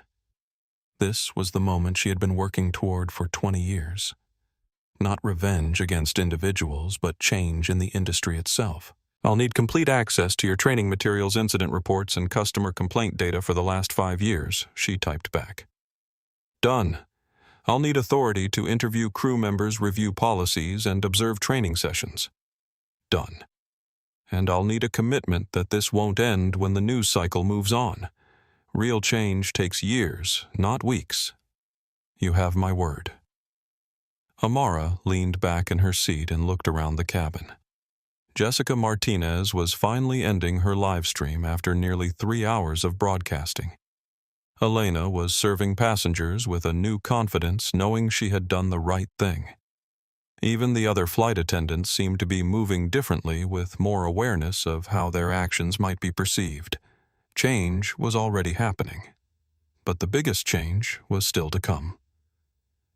Amara opened her laptop and began typing. Not an email, not a text message, but a document that would reshape how airlines thought about customer service bias prevention and accountability. She called it the Dignity Protocol. The document outlined a comprehensive approach to preventing discrimination in commercial aviation. Real-time bias detection methods, anonymous reporting mechanisms for both passengers and crew, mandatory de-escalation training that emphasized dignity over authority, financial penalties for airlines that failed to maintain standards. But the most innovative part was the enforcement mechanism. Amar proposed creating an independent oversight board with the power to investigate incidents, impose sanctions, and require remediation. The board would be funded by the airlines themselves, but operate independently, ensuring that financial interests couldn't override justice. As she worked, Amara thought about all the passengers who had been discriminated against on flights, but hadn't had the resources or platform to fight back. The elderly woman forced to give up her seat because she looked frail. The Hispanic family questioned about their citizenship. The Muslim passenger removed for suspicious behavior that turned out to be nothing more than prayer. Those passengers deserved justice too. They deserved an industry that protected their dignity instead of questioning their right to be there. Elena appeared beside her seat with another glass of water. "Dr. Cole," she said softly, "can I ask you something?" "Of course. What happens now, I mean after tonight? Does anything really change?" Amara looked up from her laptop. "Elena, what's your dream job?" The question caught Elena off guard. I've always wanted to be a pilot, actually.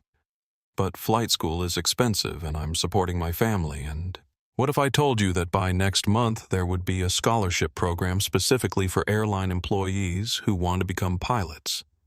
What if I told you that Skyward Dynamics was partnering with flight schools across the country to make aviation more accessible to people who look like you and me? Elena's eyes widened. "Is that real?" "It will be," Amara said. "That's what happens now."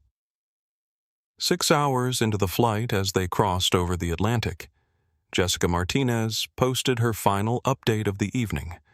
By then, her follower count had grown from 50,000 to over 200,000.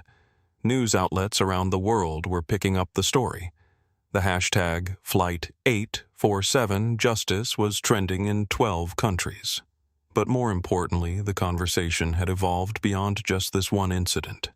People were sharing their own stories of discrimination in travel, in retail, in healthcare, in housing. The video had become a catalyst for a larger discussion about bias, power, and accountability. "I started this live stream thinking I was just documenting airline drama," Jessica told her audience. "But I think what we witnessed tonight was much bigger than that. We saw what happens when quiet dignity meets loud entitlement. We saw what real power looks like. And we saw what change looks like when someone decides they've had enough." She paused, looking toward the front of the cabin where Dr. Cole was still working on her laptop. Dr. Amara Cole could have avoided this whole thing. She could have quietly moved to economy. She could have used her wealth and status to get a private jet and never deal with commercial aviation again. But she didn't. She stayed. She fought. And she's using this moment to make things better for everyone who comes after her. Jessica ended her stream with a simple message: be like Dr. Cole. Stand up. Speak up. And remember that the most powerful person in the room might be the one nobody notices. As the Boeing 777 began its descent toward London, Heathrow, Amara put away her laptop and looked out at the sunrise breaking over the English countryside. In a few hours, she would present her dignity protocol to airline executives, transportation officials, and civil rights leaders. In a few days, the first bias prevention methods would be implemented. In a few months, the Elena Morales Scholarship Program would send its first class of students to flight school. But right now, in this moment, she was just a passenger on a plane watching the world wake up below her. A passenger who had refused to give up her seat, and in doing so had given countless others the courage to claim theirs. The pilot, who had threatened her with handcuffs, was now landing her plane safely in London. The woman who had demanded her seat was sitting in a Chicago jail cell, finally learning that money couldn't buy immunity from consequences.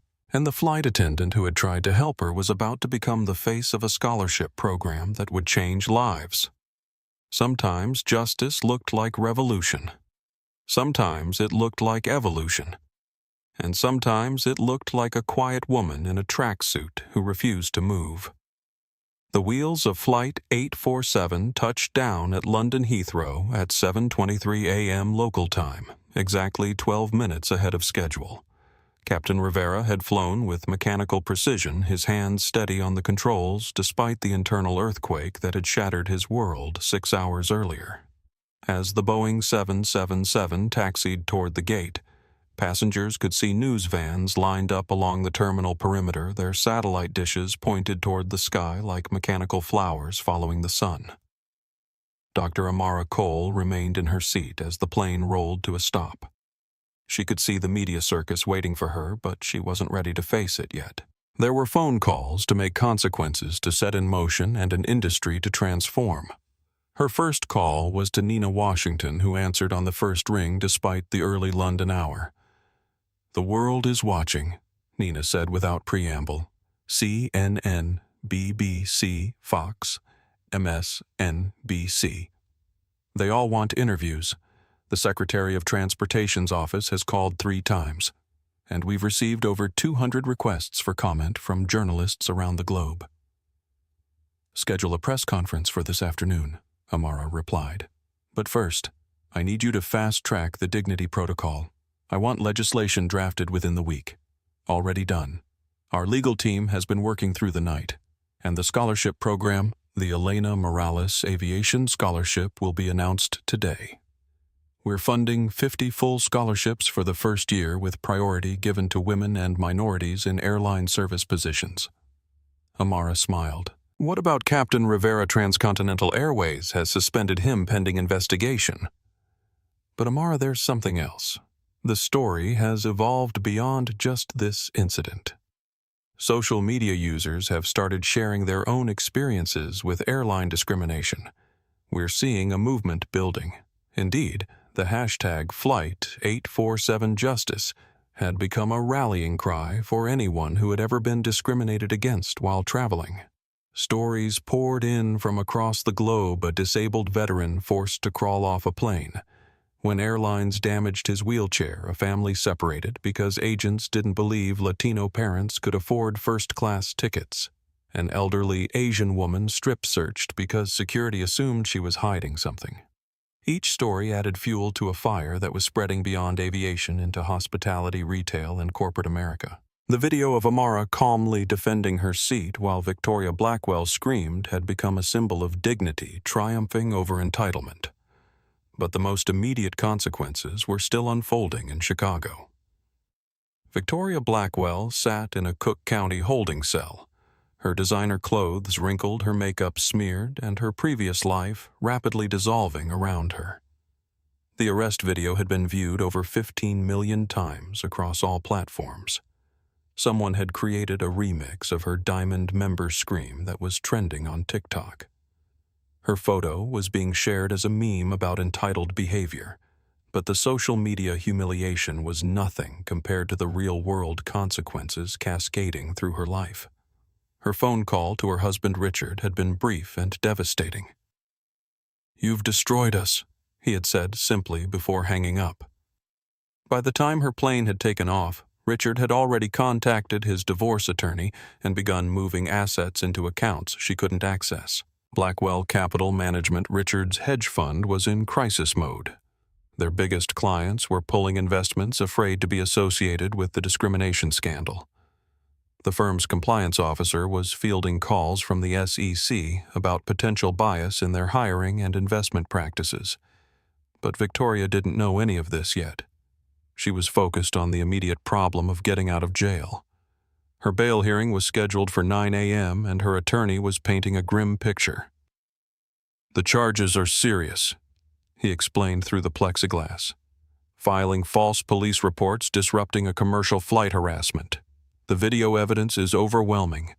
And frankly, Victoria, you've become a symbol. Prosecutors are going to want to make an example." "This is insane," Victoria replied, her voice hoarse from hours of crying. "I just wanted my seat. I always sit in 1A. I'm a Diamond member." Her attorney sighed. "Victoria, you assaulted a flight crew member on camera, made false accusations against another passenger, and caused an international incident. Your Diamond member status isn't going to help you here." Meanwhile, 4,000 miles away, Elena Morales was experiencing the opposite transformation. As Flight 847 pulled into the gate at Heathrow, her phone buzzed with a call from James Mitchell himself. Elena Mitchell said, "I understand Dr. Cole has recommended you for promotion."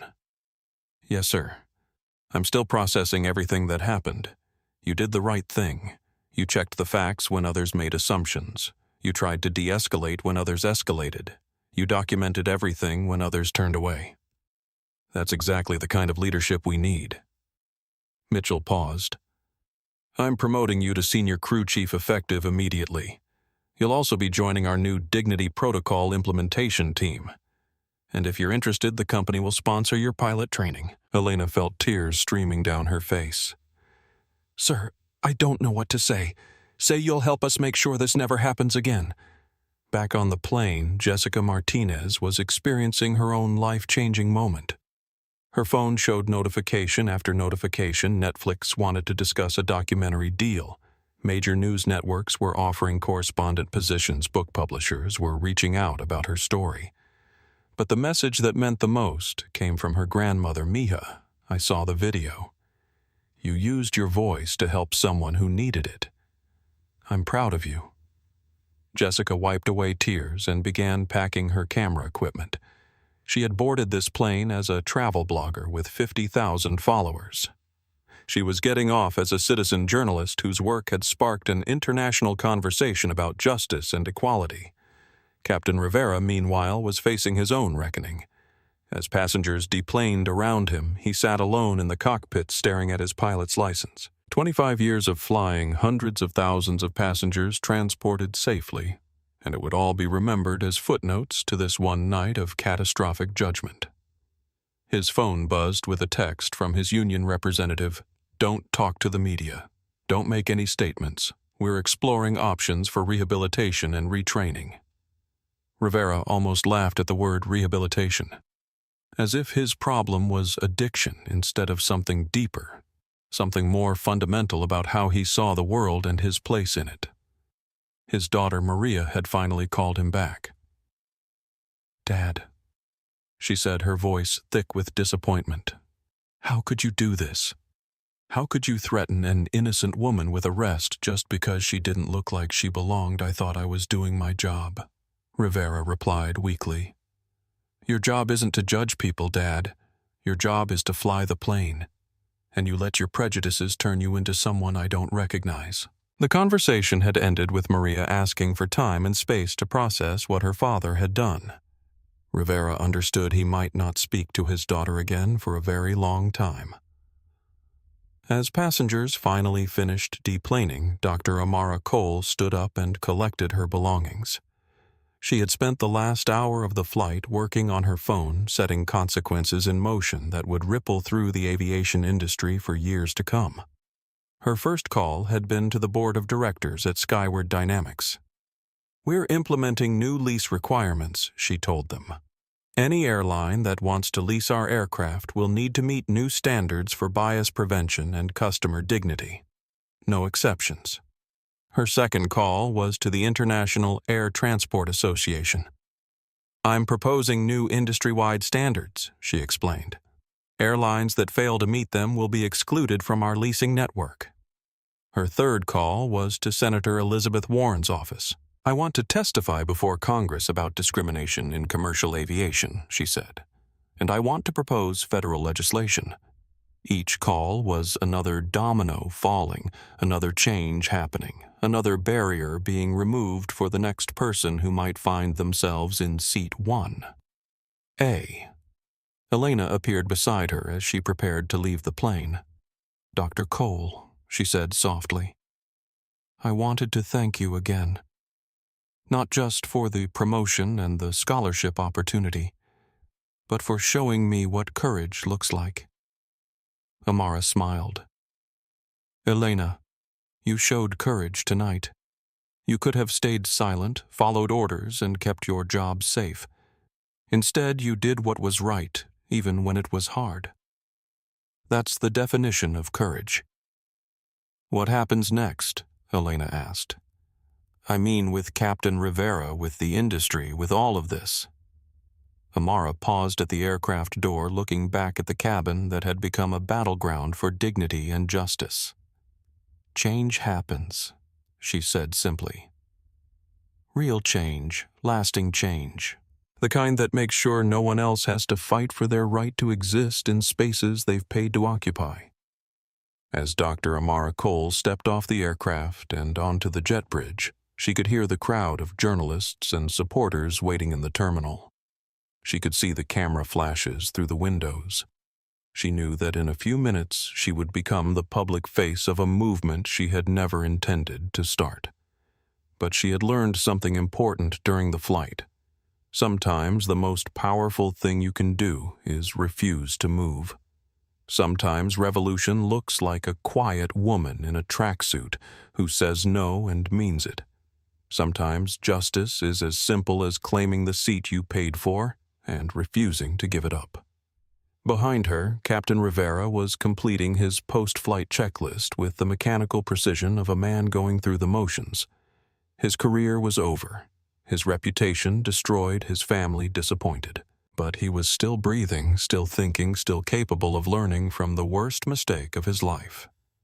In Chicago, Victoria Blackwell was being led into a courtroom where she would learn that actions have consequences, even for people who have spent their lives believing themselves immune. And around the world, airline executives were holding emergency meetings, reviewing policies, and asking themselves a question that would have been unthinkable 12 hours earlier. What if we've been doing this wrong the entire time? The answer to that question would reshape an industry. But it started with one woman who refused to move from seat 1A. 6 months later, Elena Morales adjusted her captain's cap and walked through the crew door of a Boeing 737 at Denver International Airport. The 4 gold stripes on her sleeve caught the morning sunlight streaming through the terminal windows, each stripe representing a journey that began with a phone recording and a moment of courage at 37,000 feet. "Good morning, Captain Morales," her first officer said as she entered the cockpit. "Beautiful day for flying." Elena smiled, still getting used to the title. The Elena Morales Aviation Scholarship had fast-tracked her pilot training, and she had become the youngest Latina captain in transcontinental airways history. But more importantly, she had become a symbol of what was possible when someone in power decided to lift others up instead of tearing them down. "It certainly is," she replied, beginning her pre-flight checklist. "Any word on our special passenger today? Dr. Cole is in 2A. The first officer confirmed. She specifically requested not to sit in 1A. Elena understood why. Seat 1A had become something of a shrine in the aviation world. Passengers would request it specifically, hoping to channel some of the quiet power that Dr. Amara Cole had displayed that night. But Amara herself preferred to sit elsewhere, now letting others claim that symbol of dignity and resistance.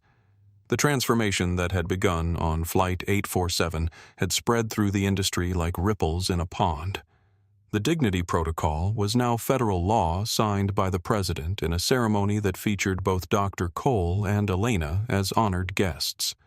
Every commercial airline was required to implement bias prevention training, establish anonymous reporting approaches, and maintain real-time monitoring of customer service interactions. But the changes went beyond policy and procedures. The culture of commercial aviation was shifting from authoritarian hierarchy toward service-oriented partnership. Flight crews were trained to see themselves as hosts rather than enforcers. Passengers were treated as guests rather than potential threats. Captain Marcus Rivera was part of that transformation, though his role was different than anyone might have expected. "Good morning, class," Rivera said to a room full of flight attendants at the Transcontinental Airways Training Center outside Chicago. "My name is Marcus Rivera, and I'm here to tell you about the worst night of my career." It had been Rivera's idea to turn his humiliation into education. After months of suspension and intensive bias training, he had approached Dr. Cole with a proposal let him teach other airline employees about the dangers of unconscious bias by sharing his own story. 6 months ago, Rivera continued, "I nearly destroyed my career and traumatized an innocent passenger because I looked at a black woman in a tracksuit and decided she didn't belong in first class. I want to walk you through that night, step by step, so you never make the same mistakes I did." The students in the class leaned forward, mesmerized. Rivera had become something rare in corporate America, an executive who owned his failures completely and used them as tools for teaching others. The first mistake, Rivera said, clicking to the next slide, was assuming that wealth and importance look a certain way. Dr. Amara Cole was dressed casually because she had just finished 3 days of intensive business negotiations. She was traveling alone because she values privacy. She was quiet because she was tired. But I saw a young black woman in athletic wear, and my unconscious bias filled in a story that was completely wrong. One student raised her hand. "How do we avoid making those assumptions?" Rivera smiled sadly.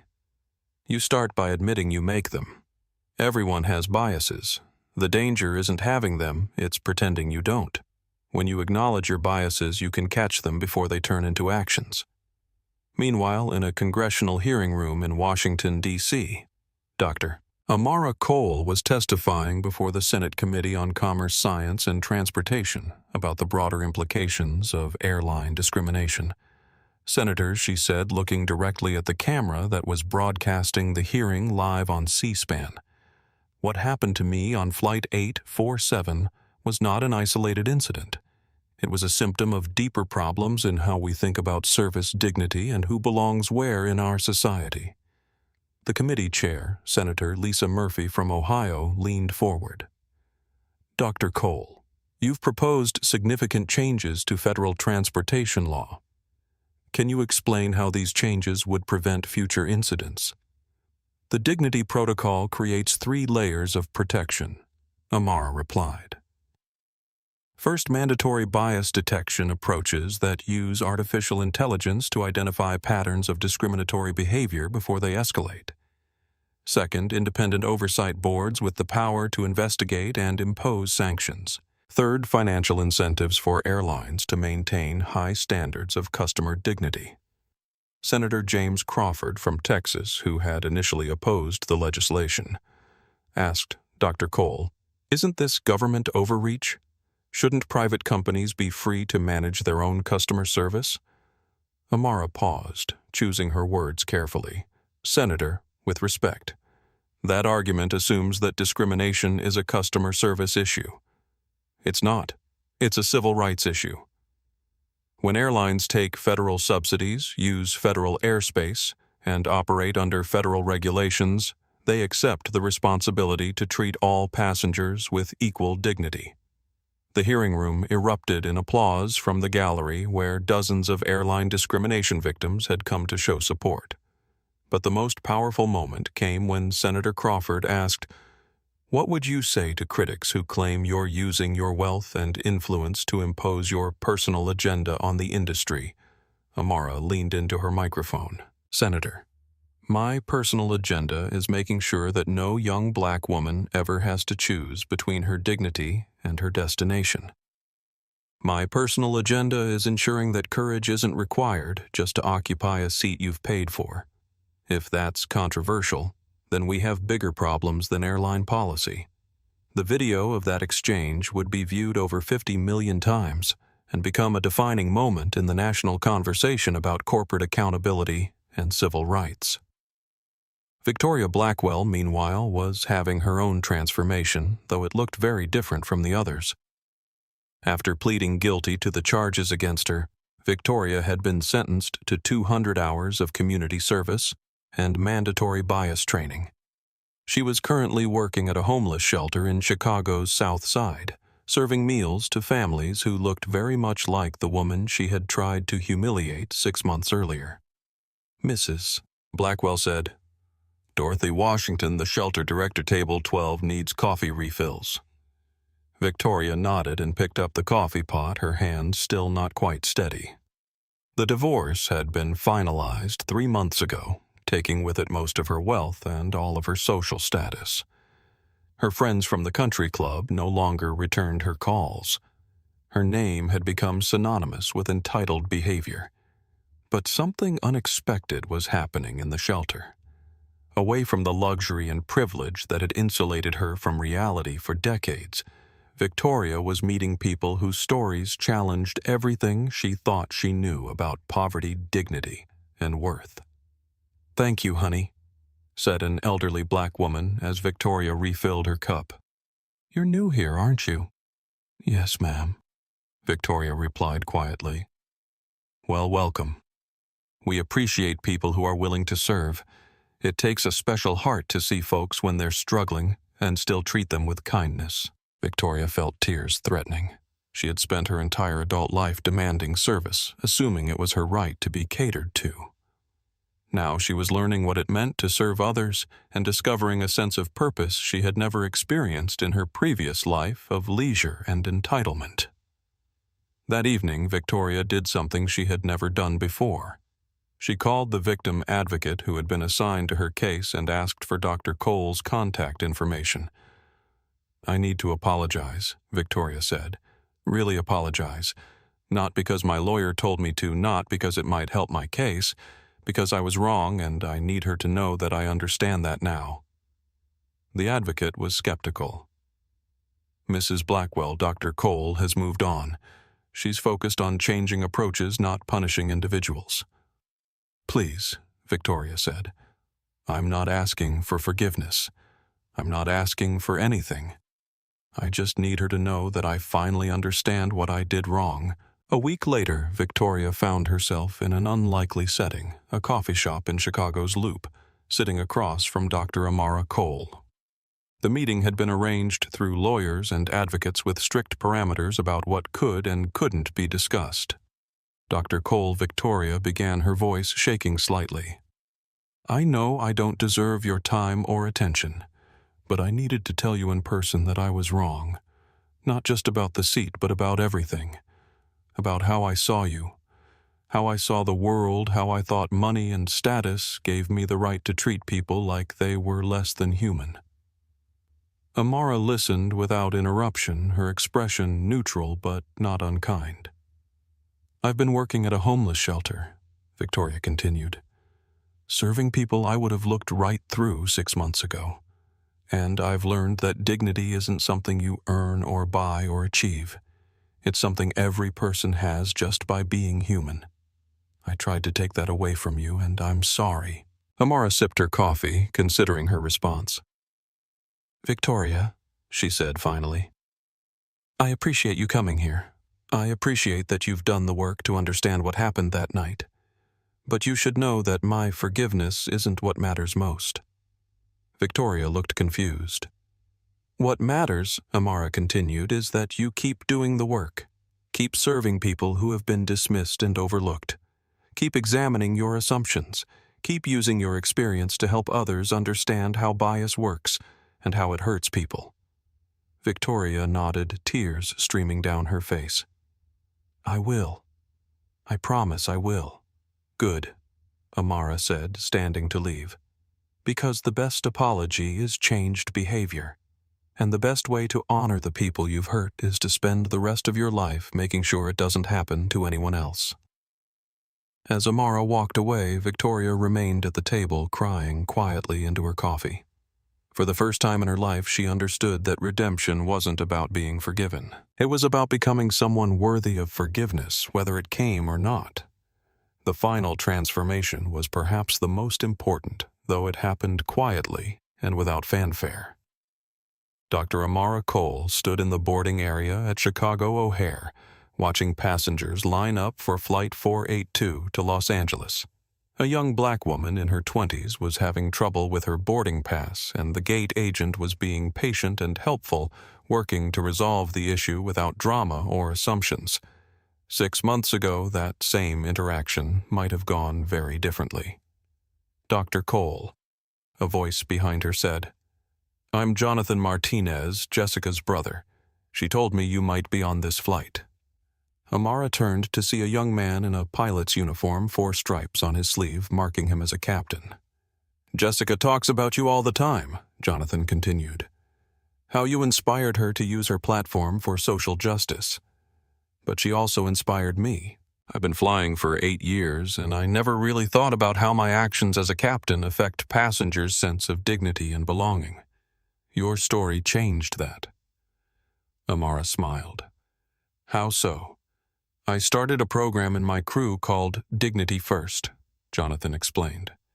"Before every flight, we remind ourselves that our job isn't just to transport passengers safely.